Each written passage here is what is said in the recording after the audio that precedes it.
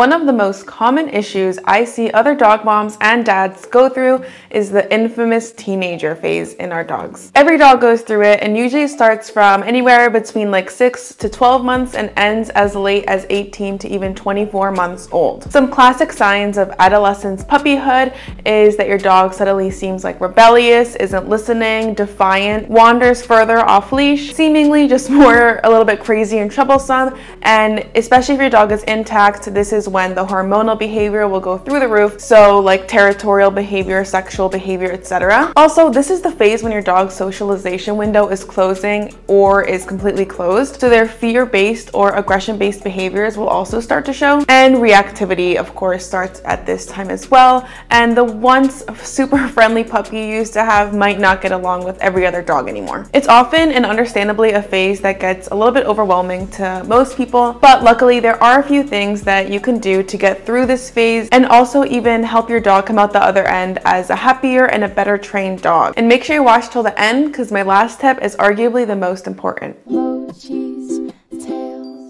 The first thing you want to do when you realize your dog is going through the teenager phase is to immediately start reassessing if their basic needs are met. Is their mental stimulation levels appropriate? Maybe you need to do a bit more training or a bit more food puzzles and playing some scent games. And if you have a working breed like me, like a Border Collie, an Aussie, a German Shepherd, you really have to reassess this part extra hard, because these dogs are bred to have jobs. So you might have to get, some form of job that your dog can do, or look into some dog sports classes around you for beginners/puppies. And then the next part of this is assessing if their physical needs are met. So of course, as a puppy, your dog might have been fine with like a 10-minute walk around the neighborhood and then some playing indoors. But adolescent puppies are proven to have this surge of energy and motivation to just always be doing something. So just make sure they're fulfilled in the physical exercise aspect as well. The next thing you can do to start managing your dog's teenage behavior is to start hand feeding, and as a bonus, turn their meal time into training time. Like I said before, dogs in their teenage phase might seemingly be defiant and rebellious to whatever you say, but the truth is they're not like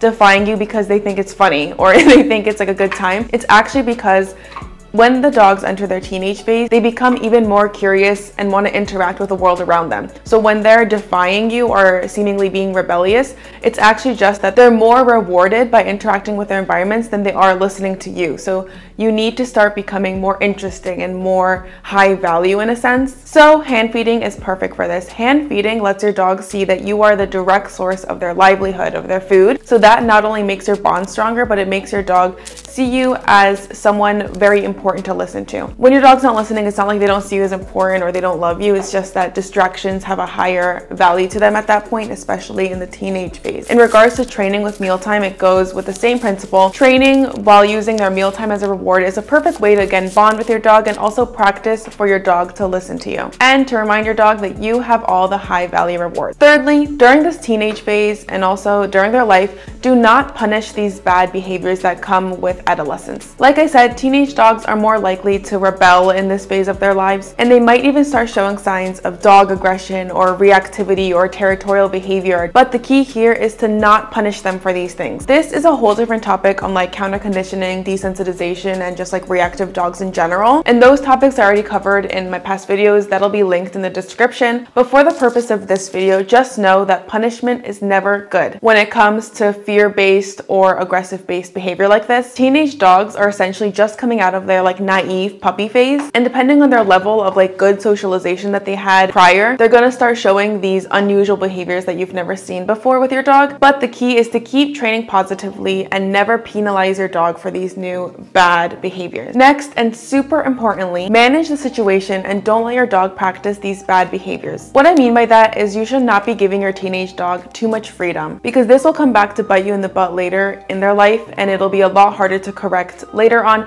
than to manage it now. For example, don't let your dog off leash if they aren't listening to recall. Don't take your dog to the dog park anymore if they're not getting along with every other dog anymore. As a side note here, I would never go to the dog park with my dog, but that's a whole different topic. Basically, you want to prevent your dog from letting them reinforce and practice these behaviors, because the more they're able to do it, the more it gets enforced in them and the harder it gets to train away. For example, when Mochi hit his, puberty, teenage, adolescence phase at around, I would say 7 months, he didn't go off leash for like 4 or 5 months. He was always on his long leash, so he can still have the freedom of exploring the world. But because he wasn't listening to his recall, I didn't let him off leash, because then he would just practice not listening to me, and then the recall cue would get weaker and weaker and weaker, and our training would basically go down the toilet. So what I did was practice recall with super high value treats while he was on the long leash, only when I knew he was going to listen to me. And when he was in one of those rebellious days, I just didn't bother, using the recall cue. I just didn't want to weaken that word. And by not letting Mochi practice these avoidant, ignorant behavior of my recall cue, I was able to get through the teenage phase, come out of it with Mochi with better recall than ever before. Fifthly, and equally importantly, continue building your dog's confidence. The teenage phase is also known as like a dog's fear period, meaning they'll suddenly become more reactive or fearful of things that they never cared about before. So the key here is to build their confidence. They don't have to feel so fearful all the time about new situations or even old things that didn't bother them as little babies. Building confidence can be done by just helping your dog overcome minor challenges and just feel proud and rewarded. You can do things like encouraging your dog to hop up on like an elevated surface and rewarding them. You can do scent games with your dog, which has proven to be super rewarding for them. And even basic obedience training is a great confidence builder for your dog. Think of your dog's confidence as like a piggy bank, and each activity you do to build that confidence is like a few more pennies in the piggy bank. The goal in your dog's teenage phase, but also just any dog's life in general, is to fill up that piggy bank as much as you can. These are just 5 of many tips I have for the teenage phase in dogs, so comment below if you want a part 2. And for now, check out this video on managing and helping a reactive dog linked here on the screen, because many dogs in the teenage phase will become reactive.